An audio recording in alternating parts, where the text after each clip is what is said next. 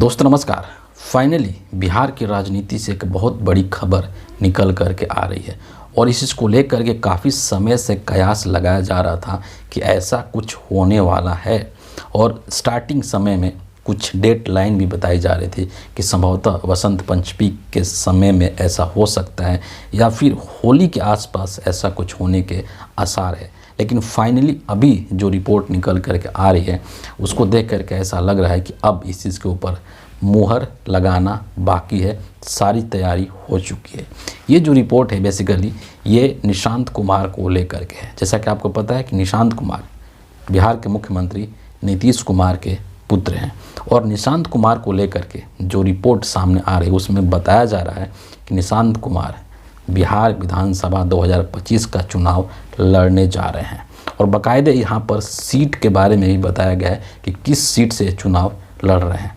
Report जो निकल करके सामने आई है उसमें ये चीज़ बताया जा रहा है कि जो निशांत कुमार हैं वो बिहार के अंदर हरनौत विधानसभा सीट से 2025 का चुनाव लड़ने जा रहे हैं और ये जो हरनौत विधानसभा सीट है एक बेहद महत्वपूर्ण सीट है। इसके बारे में 2-3 पॉइंट्स यहाँ पर जानना आपके लिए बेहद ज़रूरी है।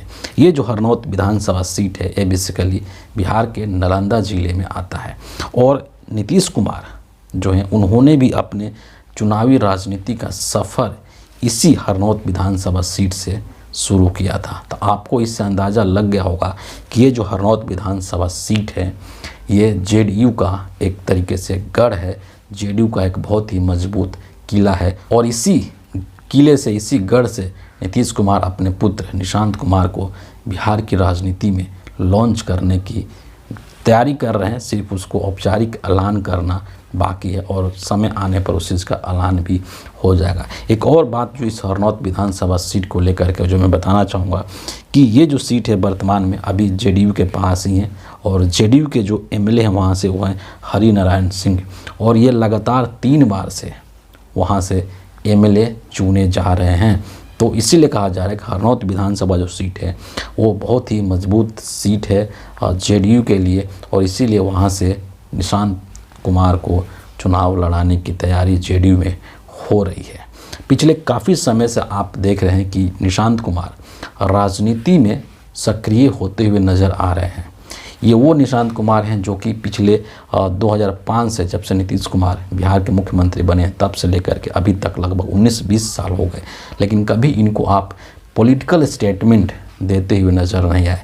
बहुत लोगों को तो ये तक नहीं पता था कि नीतीश कुमार के कोई बेटे भी हैं, नाम जानना तो बहुत दूर की बात है। लेकिन आज वो समय आ गया है जब पूरा हिंदुस्तान ये जान चुका है कि निशांत कुमार नीतीश कुमार के बेटे हैं जो कि बिहार की राजनीति में आने के लिए तैयार हो चुके हैं।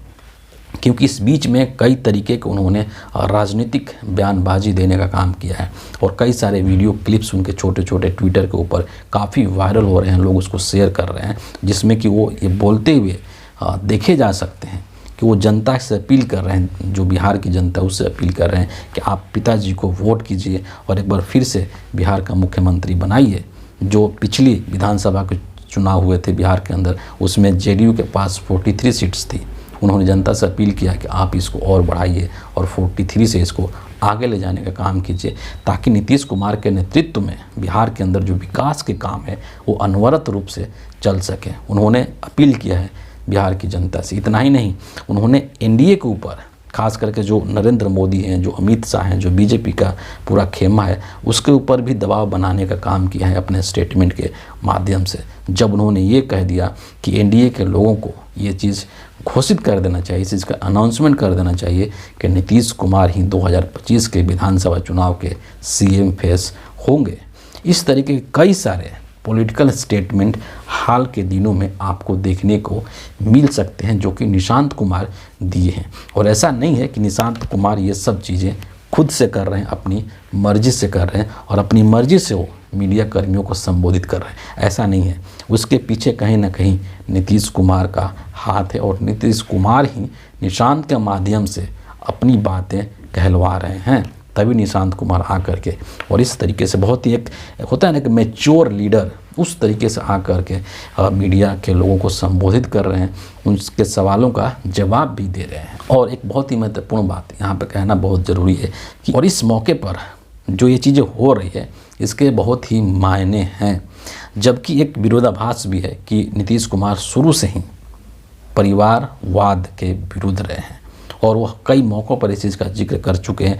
और यहाँ तक कि जो आरजेडी है, तेजस्वी यादव या लालू यादव, उनके ऊपर ये इस तरीके के आरोप भी लगाते हुए नज़र आए हैं।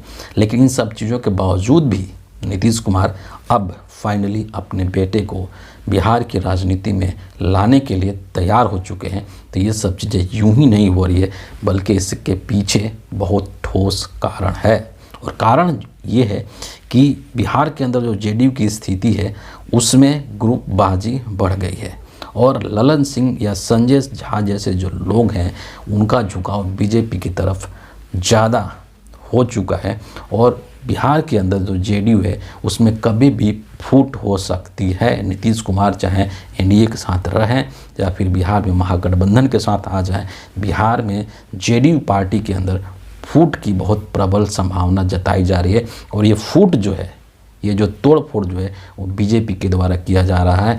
और जब तोड़फोड़ होगा जेडीयू के अंदर तो जो जेडीयू का वोट बैंक है उसके भी बिखरने के चांस है। यानी कि जेडीयू की जो पार्टी है वो एक तरीके से बिखर जाएगी, टूट जाएगी, तहस नहस हो जाएगा। तो नीतीश कुमार इस नाजुक दौर में अपने बेटे को लॉन्च करके अपनी पार्टी के अस्तित्व को बचाना चाहते हैं। इतना ही नहीं, बिहार के अंदर जो जेडीयू के वोट बैंक है, जो जेडीयू का कोर वोटर है, उसको भी अपनी पार्टी के साथ बनाए रखना चाहते हैं। और साथ ही साथ एक और महत्वपूर्ण बात कि अपने सक्रिय रहते हुए एक तरीके से जेडीयू के राजनीतिक उत्तराधिकारी को भी वो ला रहे हैं राजनीति के अंदर। यानी कि उनके रहते रहते, उनके बिहार की राजनीति में सक्रिय रहते रहते जो है वो निशांत कुमार को परिपूर्ण कर देना चाहते हैं, परिपक्व कर देना चाहते हैं और राजनीति की जितनी भी बारीकियां हैं उसमें उनको माहिर कर देना चाहते हैं, ताकि आगे भी पार्टी को संभालने में निशांत कुमार को किसी भी तरीके की कोई दिक्कत ना हो। और इसीलिए उनको राजनीति के सभी दांव पेच और जो गुण है उसको सिखा रहे हैं और इसके बाद उसको बिहार के राजनीति में लॉन्च करने की पूरी तैयारी जो है वो हो चुकी है। और इस जेडीयू के जो लोग हैं, परिवार के जो लोग हैं जेडीयू के अंदर, उनमें काफ़ी खुशी की लहर भी है। हालांकि ये अलग बात है कि कुछ लोग इससे नाखुश भी हैं, लेकिन जलने वाले तो हमेशा जलते ही हैं, उनका कुछ नहीं हो सकता है। फिलहाल एक बहुत अच्छी चीज़ ये है कि बिहार की राजनीति में जब निशांत कुमार आ रहे हैं तो इससे बिहार की राजनीति को एक नया नेता मिलेगा और बिहार की जो राजनीति है अब वो युवाओं के हाथ में जा रही है। एक पीढ़ी जो है उसका अवसान हो रहा है और एक नई पीढ़ी का उदय हो रहा है धीरे धीरे, जिसमें आपको निशांत कुमार देखने को मिलेंगे, जिसमें आपको लालू यादव के बेटे तेजस्वी यादव देखने को मिलेंगे, तेज प्रताप देखने को मिलेंगे, जिसमें आपको रामविलास पासवान के बेटे चिराग पासवान देखने को मिलेंगे। ये जो 3-4 चेहरे हैं बिहार की राजनीति में, ये युवा चेहरे हैं जिनके ऊपर बिहार की कमान होगी और ये बिहार की राजनीति को आगे तक ले जाने में अपनी महत्वपूर्ण भूमिका निभाएंगे। तो ये बहुत अच्छी पहल है और हम निशांत कुमार को बहुत बहुत शुभकामनाएं देते हैं और ये उम्मीद करते हैं और ईश्वर से भी ये प्रार्थना करते हैं न सिर्फ बिहार की राजनीति में बल्कि देश की राजनीति में भी काफ़ी आगे बढ़ें और प्रगति करें। अपने पिता की तरह ही वो भी एक माहिर राजनीतिज्ञ बने और देश का नाम रोशन करें, बिहार का नाम रोशन करें। फिलहाल इस वीडियो के लिए इतना ही है। और आप क्या सोचते हैं निशांत कुमार के बिहार की राजनीति में आने को लेकर के कमेंट में ज़रूर मुझे बताएं। इस वीडियो के लिए इतना ही है। अगले वीडियो में फिर आपसे मिलूँगा, तब तक के लिए बहुत बहुत धन्यवाद।